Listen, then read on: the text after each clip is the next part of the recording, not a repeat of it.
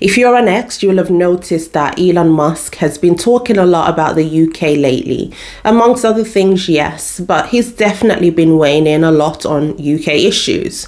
Immigration, asylum, crime, patriotism, all of it. On all these issues that have been bubbling under the surface for years. And as always with Musk, the reaction is mixed. Some insist he's been irresponsible, causing division, spreading misinformation, and stupidly or knowingly flirting with extremism.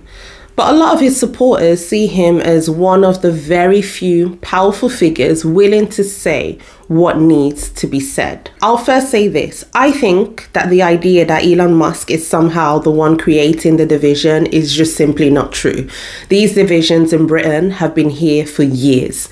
Elon Musk bought Twitter in 2022. Issues in Britain have existed long before then. Lack of social cohesion, policies that pushed multiculturalism without building a shared identity, decades of leaders turning a blind eye while parallel societies entrench themselves in our cities, subtle Islamification of the nation. So whether Elon Musk tweets about these issues or not, the frustration felt by millions of people across Britain is real and it's growing. If anything, he's shining a light on these issues so that they can't be ignored any longer. And that's exactly why his words resonate with so many ordinary people. They see their own experiences, their frustrations reflected in what he's saying.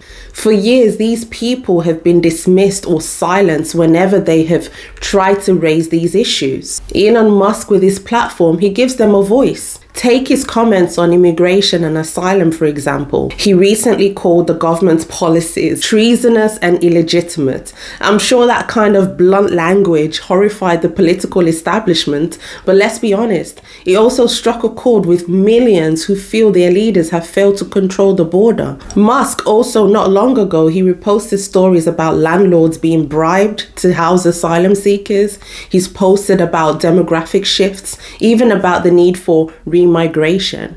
Some people can say this is all inflammatory, yet what he is really doing is giving voice to the widespread feeling that immigration policy has been less about public interest and more about political convenience. So whether you like it or not, these are concerns rooted in people's lived reality. Even his most controversial remarks, like saying civil war is inevitable during last year's riot, or calling Keir Starmer complicit in covering up child exploitation, these can all be read in the same inflammatory light. These comments were sometimes condemned as incendiary, but I guess incendiary compared to what? Compared to decades of silence while working class communities bore the brunt of failed policies?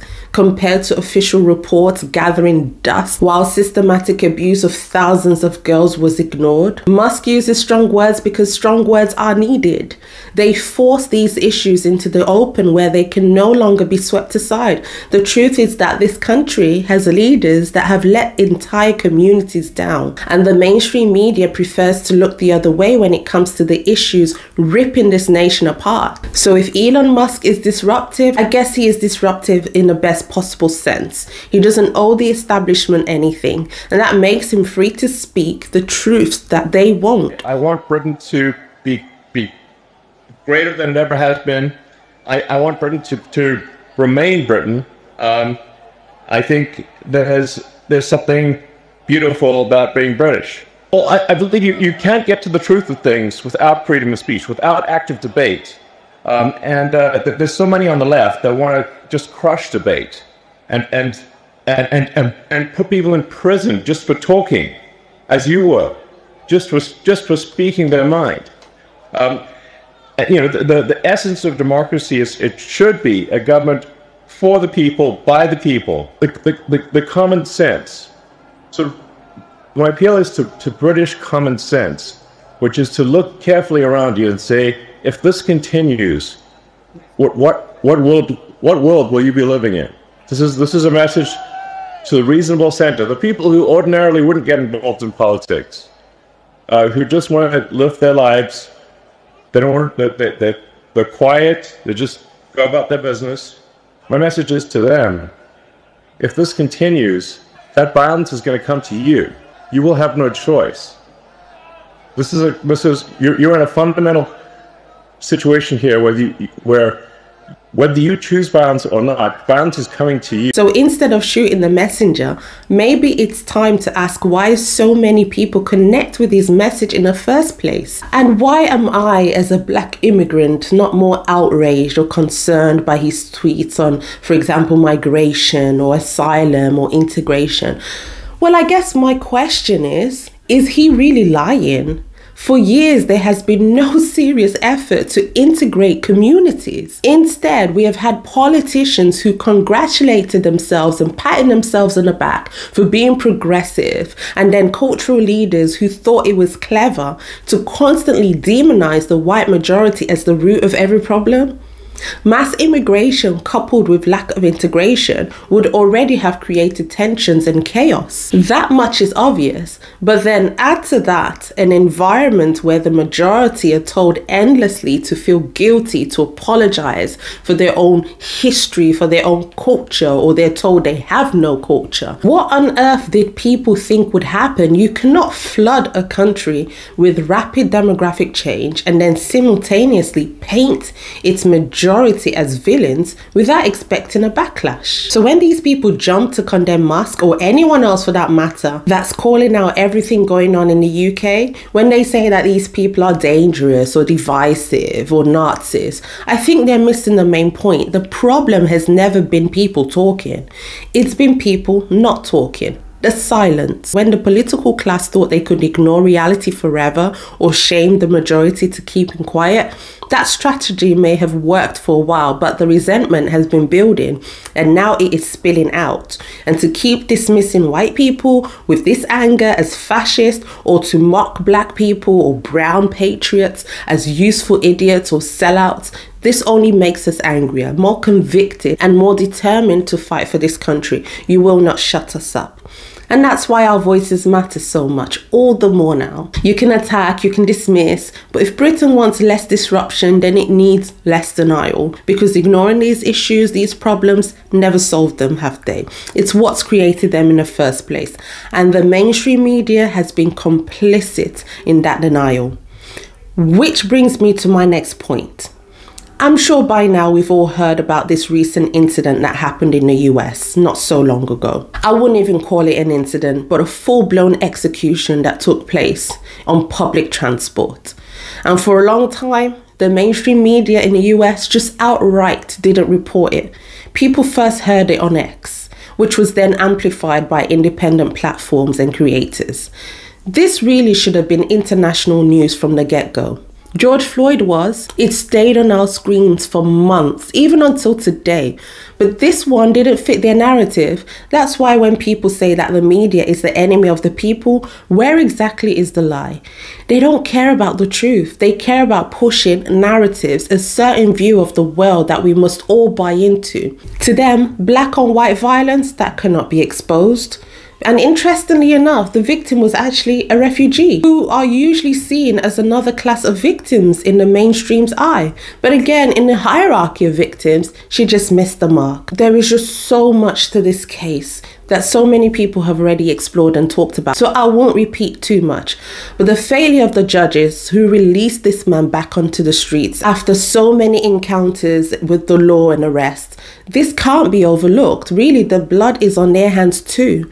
And then there's this constant blaming of mental health or taking it into consideration. I'm not saying mental health isn't important, and I know that it can shape people's lives in devastating ways.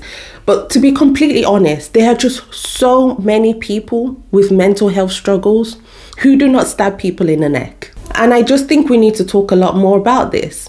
Even people with severe mental health issues like schizophrenia. I remember this man, Brian J. Charnley or something. This man had schizophrenia.